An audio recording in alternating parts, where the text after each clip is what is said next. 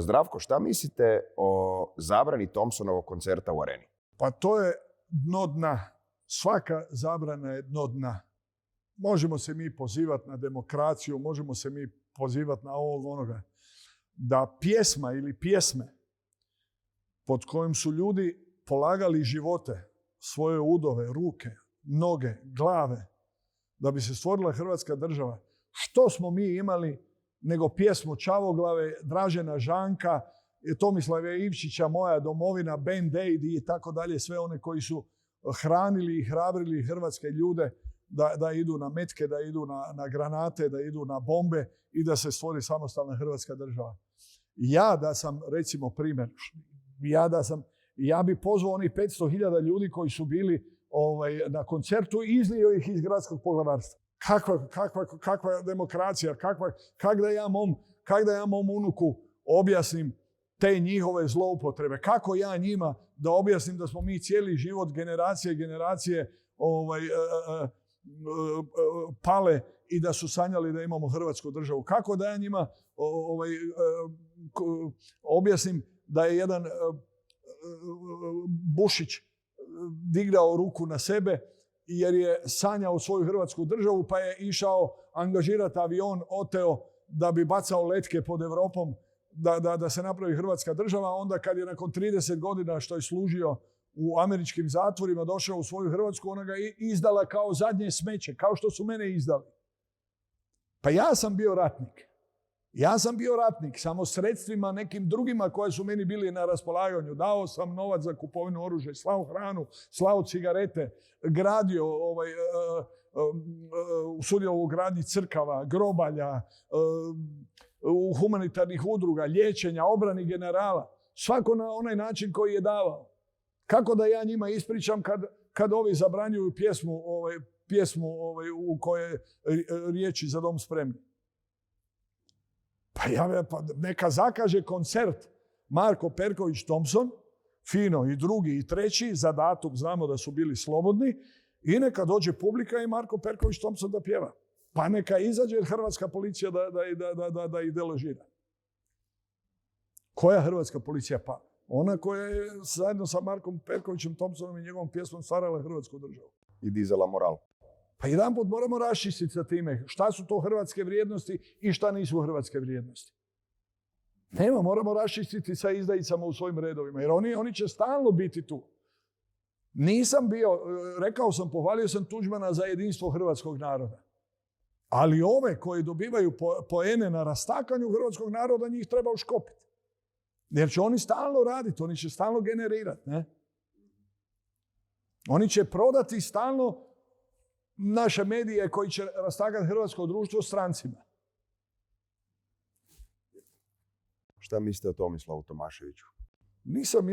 Ne mislim ništa loše. Ne mislim apsolutno ništa loše. Da li bi se družio s njim? Ne bi. Da li mi on imponira? Ne imponira. Ali ne mislim ništa loše. Ja ga ne poznam, ne živim sad u Zagrebu za vrijeme njegove vladavine da bi ga mogao ocjenjivati. Čak mi je jedna kćer glasala za Možemo. Vidite, to je to. Vjerojatno mi se tata i djedovi i stričevi u grobu okreću zbog toga. Ali to je ta opasna demokracija. To je opasna demokracija, jer ako moje dijete, ne mogu ga samo ja učiti vrijednostima. Kada on ide i u vrtić, on ide i u školu, on ide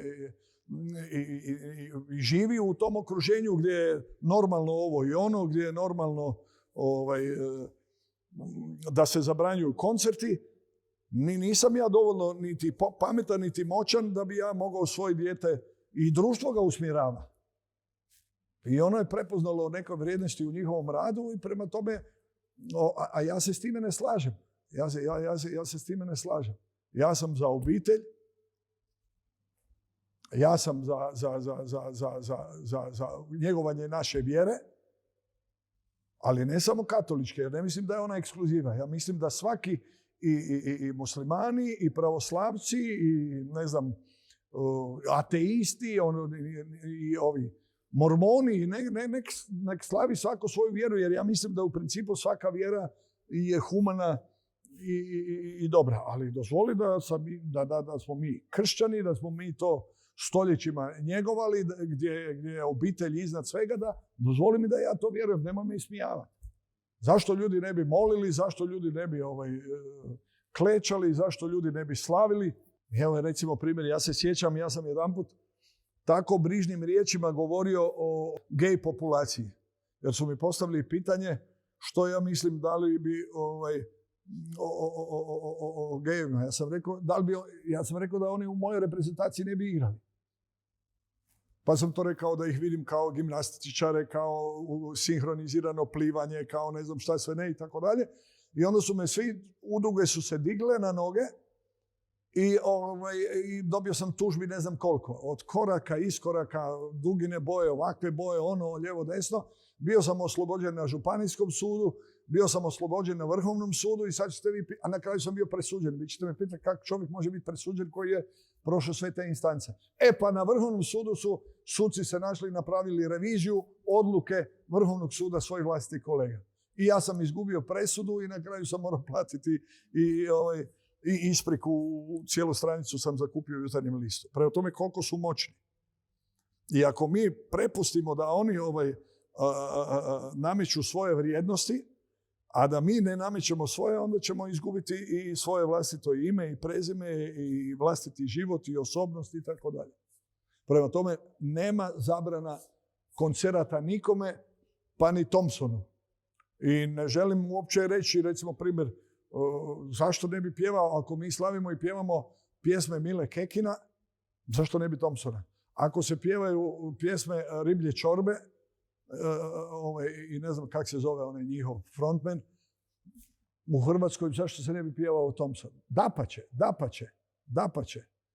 Thompson, Tomislav Ivčić, Gabi Novak, Arsen Dedić, Vice Vukov, Tereza Kesovija, Rozga i tako dalje. Prema tome, zašto mi ne bi pjevali o našoj domovini, o ljubavi, o našim pjesmama? Ja sam za to da pjevaju. Zašto? Neka pjeva Prijavička, Brena po Zagrebu, po Hrvatskoj. Zašto ne pjevaju? To je jezik koji mi razumijemo. To je naš ritam. Ja ću rađe uvijek slušati njih nego neku stranu glazbu, jer jednostavno ih ne razumijem i ne paše mi je. Ali recimo, ako je grčka muzika, ja ću razbiti cijeli restoran. Prema tome, ako je rock and roll, ja ću plesati po lusterima i tako dalje. Ako je Chuck Berry, Elvis Presley, jer me diže ritam. Ne razumijem šta pjeva, ali je ritam. Ne znam zašto stalno diskvalifikacija. Pa neće da diskvalificirati Thompsona. Neće diskvalificirati. Sjećam se jedne situacije. To je bilo u Francuskoj. Šuker je bio predsjednik i prije utakmice smo mi bili u loži sa ovim uzvanicima iz UEFA i FIFA i došla je do nas vijest da neće pustiti prije utakmice pjesmu Lijepali se. Znate da je i oko toga bilo stalno problem. I Šuker se onako kolebao šta će sad da ne protestira, odnosno da neku drugu pjesmu damo.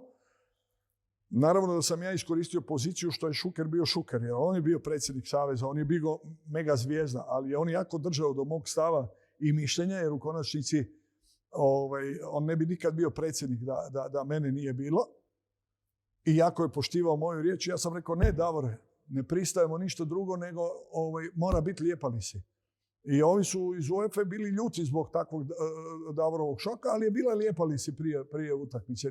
Nismo dozvolili. Prema tome mi moramo ustrajati u obrani naših vrijednosti.